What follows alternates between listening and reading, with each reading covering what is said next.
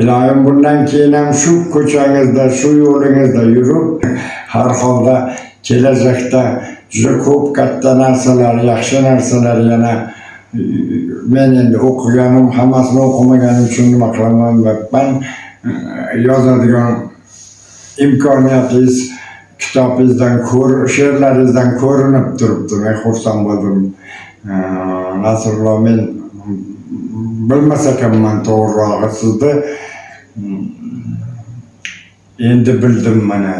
Hani Erkin Vohidov meni saylanmamda o'qib, mana endi Shukur Qurbonga o'xshatdim sizni, o'xshadingiz deganidek, men ham sizni birinchi marta Erikni o'qib, endi o'zim tushungandek bo'ldim.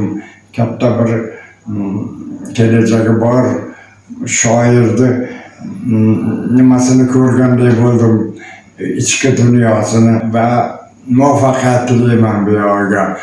Har holda sizni do'stingizdan ko'ra agar yaxshi shoir bo'lsangiz, yana ham kuchli narsalar yozsangiz, yana ham ko'proq dushmanlaringiz paydo bo'laveradi.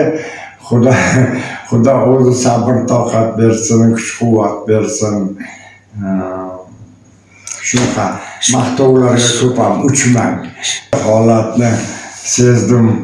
Yevropani ham, jahon adabiyotini ham juda yaxshi o'rgangan, qiziqqan, hatto Rauf Parfilarni, boshqalarni hammasini qiziqqan bir insonni nimalari bor ekan va nazarimda o'zingizga xayr-xohlar orttirib bo'lgan odam ekansiz.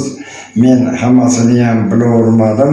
Men o'ylaymanki, bundan keyin kelajakda bundan ham kuchliroq, bundan ham o'ziga xosroq narsalaringizni ko'raman degan niyatdaman va qolganini o'qib, undan keyin boshqacha gaplashamiz.